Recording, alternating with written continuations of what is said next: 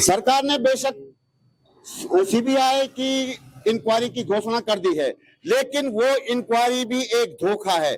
हम लगातार मांग करते रहे थे कि ये इंक्वायरी सुप्रीम कोर्ट के जज की अगुवाई में हो, लेकिन ऐसा नहीं किया गया है। और ऐसा इसलिए नहीं किया गया है, सरकार को पता है कि जज का मामला बीच में आ गया तो इनके बड़े बड़े नेता पकड़े जाएंगे, इसलिए सरकार अब भी हमारे साथ धोखा कर रही है।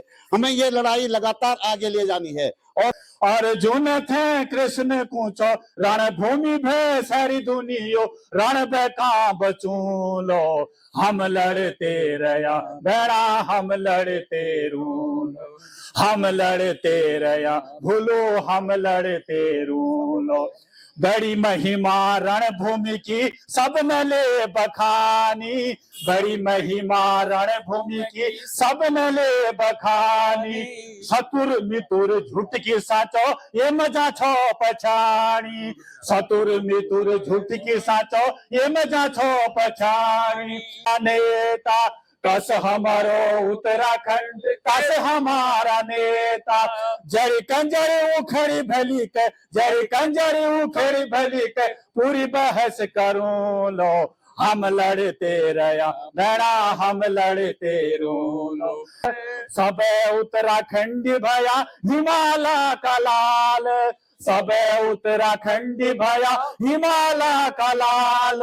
यो धरती सब ने किचु, यो पहाड़ सब ने कचु, यो हिमालय सब ने कचु, सब ये तीरों लो, हम लड़ते रया भूलो हम लड़ते रो।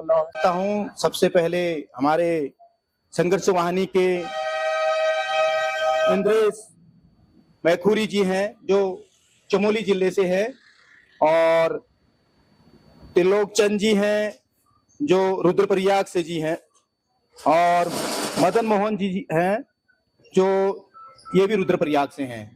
तो ये लोग हमारे बीच में हैं।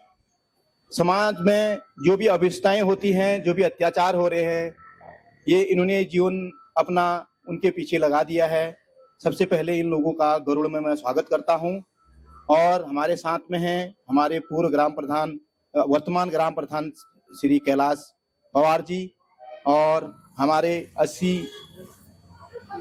प्रकोष्ठ के ब्लॉक नहीं देने के लिए अंकिता भंडारी की हत्या हुई, और इसलिए जब अदालत में 3 साल की कार्रवाई के बाद अंकिता भंडारी के हत्या के दोषी बताए गए पुलकित आर्य को, सौरभ भास्कर को और अंकित गुप्ता को आजीवन कारावास की सजा हुई, तो उस दिन भी लोगों ने महसूस किया कि इस प्रकरण में न्याय अभी अधूरा है, न्याय पूरा नहीं हुआ है, न्याय की लड़ाई पूरी नहीं हुई। क्योंकि जिस वीआईपी के लिए या जिन वीआईपीओ के लिए अंकिता भंडारी की हत्या की गई, वो वीआईपी आज की तारीख तक भी कानून के कटघरे में नहीं खड़े किए जा सके। अंकिता भंडारी के माता पिता तो 2022 से कह रहे थे सीबीआई जांच होनी चाहिए, वो हाई कोर्ट गए इस बात के लिए कि सीबीआई जांच हो, वो सुप्रीम कोर्ट गए इस बात के लिए कि सीबीआई जांच हो, और आपके वकीलों ने हाई कोर्ट में उनका विरोध किया, आपके सरकार के वकीलों ने सुप्रीम कोर्ट में अंकिता भंडारी के माता पिता के इस डिमांड का विरोध किया, और अब आप 3 साल बाद ये बता रहे हैं कि आपने तो फैसला कर लिया उनकी भावनाओं का सम्मान करते हुए। वीआईपी कौन? पुष्कर धामी जवाब दो, पुष्कर धामी होश में आओ, होश में आओ, होश में आओ। इंद्रेश जी, अंकिता भंडारी प्रकरण को लेकर आप जगह जगह जा रहे हैं, कैसा रिस्पांस मिल रहा है और अभी क्या कहना चाहेंगे इस पूरे मामले में? देखिए, अंकिता भंडारी के न्याय का प्रश्न पिछले 3 सालों से उत्तराखंड में विलंबित है, इसलिए कि जो वीआईपी हैं जिनकी वजह से ये हत्या हुई, वो अभी भी न्याय के कटघरे में नहीं है, कानून के कटघरे इसके बाहर हैं। तो हमारी ये मांग है कि उनको न्याय के कटघरे में, कानून के कटघरे में खड़ा किया जाए। जनता के आंदोलन के दबाव के बाद सरकार ने सीबीआई जांच की घोषणा की, लेकिन 1 हफ्ता आज हो गया है। 1 हफ्ते में उस सीबीआई जांच में क्या होगा, किसकी जांच होगी, कौन जांच के दायरे में होगा, क्या टर्म्स ऑफ रेफरेंस होंगे, ये भी स्पष्ट नहीं है। तो ये एक बात है, लेकिन जनता की, आंदोलन की और अंकिता भंडारी के माता पिता की भी ये मांग थी कि सीबीआई जांच सुप्रीम कोर्ट के जज की निगरानी में हो, जो अभी तक पूरी नहीं हुई है।